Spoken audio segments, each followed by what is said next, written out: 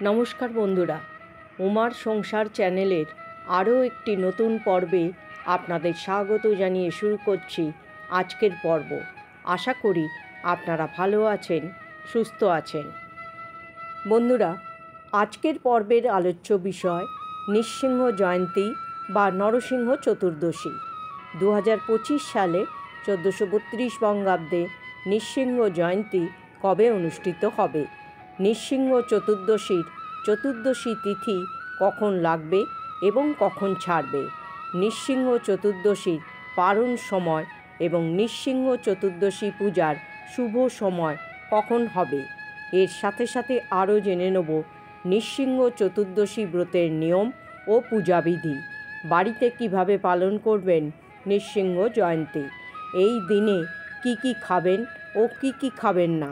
কোন কোন কাজগুলি এই দিন করা উচিত নয়? এবং নৃসিংহ জয়ন্তী বা নরসিংহ চতুর্দশীর মাহাত্ম্য বা তাৎপর্য চলুন জেনে নেওয়া যাক আজকের পর্ব থেকে। পর্বটি শুরু করার আগে উমার সংসার চ্যানেলটিকে সাবস্ক্রাইব করে বেল আইকনটি প্রেস করুন, লাইক, কমেন্ট, শেয়ার করুন। পর্বটি অবশ্যই শেষ পর্যন্ত দেখতে থাকুন। নৃসিংহ জয়ন্তী হল অশুভ শক্তির ওপর শুভ শক্তির জয়। বৈশাখ মাসের শুক্লপক্ষের চতুর্দশীতে পালন করা হয় নরসিংহ জয়ন্তী। পৌরাণিক কাহিনী অনুসারে নরসিংহ হলেন ভগবান বিষ্ণুর চতুর্থ অবতার। ধর্মীয় বিশ্বাস অনুসারে ভগবান বিষ্ণু তার ভক্ত প্রহ্লাদকে রাক্ষস হিরণ্যকশ্যপের হাত থেকে বাঁচাতে নরসিংহ অবতার গ্রহণ করেছিলেন। তাই এই বিশেষ তিথিতে ভগবান নরসিংহদেবের পূজা করা হয়। এটা বিশ্বাস করা হয় যে নরসিংহ অবতারের উপাসনা করলে সকল কষ্ট থেকে মুক্তি পাওয়া যায়। বিষ্ণু পুরাণ অনুযায়ী মহর্ষি কাশ্যপের স্ত্রী এবং দক্ষিণ প্রজাপতির কন্যা দিতি তার যমজ পুত্র হিরণ্যাক্ষ এবং হিরণ্যকশিপুকে জন্ম দিয়েছিলেন। একত্রে তাদের বলা হতো হিরণ্য। কিংবদন্তি অনুসারে হিরণ্যরা ছিলেন বৈকুণ্ঠের দ্বাররক্ষক, জয়া ও বিজয়ার প্রথম অবতার। তাদের অহংকার ও অজ্ঞতার কারণে 4 কুমার দ্বারা তারা পৃথিবীতে শ্রী বিষ্ণুর সত্য হিসেবে 3টি জন্মগ্রহণের জন্য অভিশাপিত হয়েছিলেন। এরপর 2 ভাই ব্রহ্মাকে সন্তুষ্ট করার জন্য কঠোর তপস্যা শুরু করেন। ব্রহ্মার অভয় তারা লাভ করেন। 2 ভাইকে কোনো সুর বা অসুর, অস্ত্র, রাতে অথবা দিনে, মাটি অথবা শূন্যে কেউ হত্যা করতে পারবে না বলে সৃষ্টিকর্তা বর দেন। এই বর পেয়ে 2 ভাই অত্যাচারী হয়ে ওঠে। হিরণ্যকশিপুরের সন্তান প্রহ্লাদ পরম বিষ্ণুভক্ত হওয়ায় তাকেও হত্যার চেষ্টা করেন তিনি। সংসারে শান্তি প্রতিষ্ঠার জন্য ভগবান বিষ্ণু বরাহ অবতার ধারণ করে হত্যা করেন হিরণ্যাক্ষকে। এরপর নরসিংহ অবতারে আবির্ভূত হয়ে হিরণ্যকশিপুকে হত্যা করেন তিনি। রক্ষা পায় জীবকুল। সেই থেকে পালন করা হয় নৃসিংহ চতুর্দশী বা নরসিংহ জয়ন্তী। এবার জেনে নেব 2025 সালের নৃসিংহ জয়ন্তী বা নরসিংহ চতুর্দশীর পূর্ণাঙ্গ সময়সূচি। 2025 সালে 1432 বঙ্গাব্দে নৃসিংহ জয়ন্তী বা নরসিংহ চতুর্দশী পালিত হবে আগামী 11ই মে 2025 রবিবার। নৃসিংহ চতুর্দশীর চতুর্দশী তিথি শুরু হবে 10ই মে 2025 বাংলায় 26শে বৈশাখ 1432 শনিবার বিকেল 5:15 এবং চতুর্দশী তিথি শেষ হবে 11ই মে 2025 বাংলায় 27শে বৈশাখ 1432 রবিবার সন্ধ্যা 7:17 2025 সালের 1432 বঙ্গাব্দের নৃসিংহ চতুর্দশী ব্রতের পারণ সময় হবে 12ই মে 2025 বাংলায় 28শে বৈশাখ 1432 সোমবার সকাল 6টা থেকে সকাল 9:29 মধ্যে নৃসিংহ চতুর্দশী ব্রতের পারণ সময়। নৃসিংহ চতুর্দশীতে সন্ধ্যাকালের পূজার বিশেষ সময় হতে চলেছে বিকেল 4:21 থেকে সন্ধ্যা 7:03 মধ্যে। এবার জানব নৃসিংহ চতুর্দশী ব্রতের নিয়ম ও পূজাবিধি। বাড়িতে কিভাবে পালন করবেন নৃসিংহ জয়ন্তী। হিন্দু শাস্ত্রমতে নরসিংহ জয়ন্তীর দিন উপবাস করলে জীবনের জটিলতা সমস্যা দূর হয়ে সফলতার দেখা পাওয়া যায়।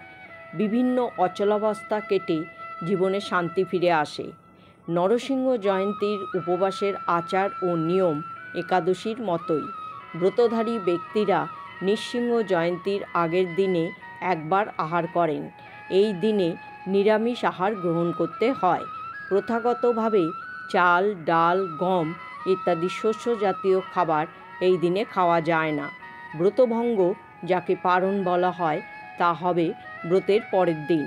ব্রতের পরের দিন সকালে নির্দিষ্ট পারণ সময়ের মধ্যে ভগবানকে অন্ন বা অন্যান্য বিভিন্ন দ্রব্যাদি রান্না করে ভোগ অর্পণ করতে হয়। নৃসিংহ জয়ন্তীর দিনে সূর্যোদয়ের সাথে উপবাস করা উচিত এবং পরের দিনের সূর্যোদয় পর্যন্ত তা পালন করা উচিত।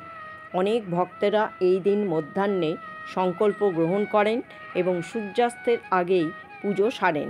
বিশ্বাস অনুযায়ী ভগবান নৃসিংহদেব ঠিক সূর্যাস্তের সময়েই আবির্ভূত হয়েছিলেন। নৃসিংহ চতুর্দশীর দিন সকালে জলে গঙ্গা জল ও তিল মিশিয়ে স্নান করুন। পরিষ্কার কাপড় পরিধান করুন। ঘর বাড়ি পরিষ্কার পরিচ্ছন্ন রাখুন।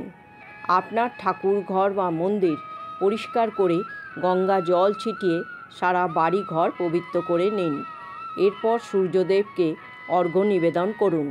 এই পুজো আপনি মন্দিরেও করতে পারেন, আবার বাড়িতেও করতে পারেন। এই দিনে নৃসিংহদেবের সাথে মা লক্ষ্মীরও পুজো করুন। একটি কাঠের চৌকি বা পিঁড়িতে লাল, সাদা বা হলুদ রঙের আসন বিছিয়ে ভগবান নরসিংহদেবের মূর্তি বা ছবি স্থাপন করুন। পঞ্চামৃত অভিষেক অর্থাৎ দুধ, দই, ঘি, মধু ও চিনির মিশ্রণ দিয়ে বা ফলের রস দিয়ে বা গঙ্গা জল দিয়েও আপনি ভগবানের অভিষেক করতে পারেন। নৃসিংহদেবকে চন্দনের প্রলেপ লাগান। ইনি ভগবান বিষ্ণুর রুদ্ররূপের অবতার, আর চন্দন শীতলতা প্রদান করে। মঙ্গল ঘট স্থাপন করুন। ভগবানের সামনে সুন্দর করে আলপনা দিন।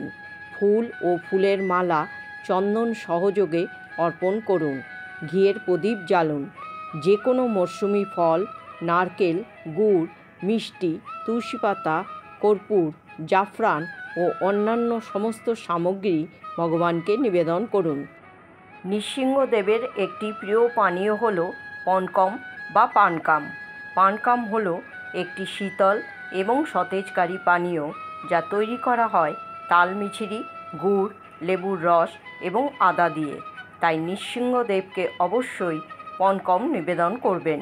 এই দিনে সবজি রান্না করে নৃসিংহদেবকে অর্পণ করতে পারেন।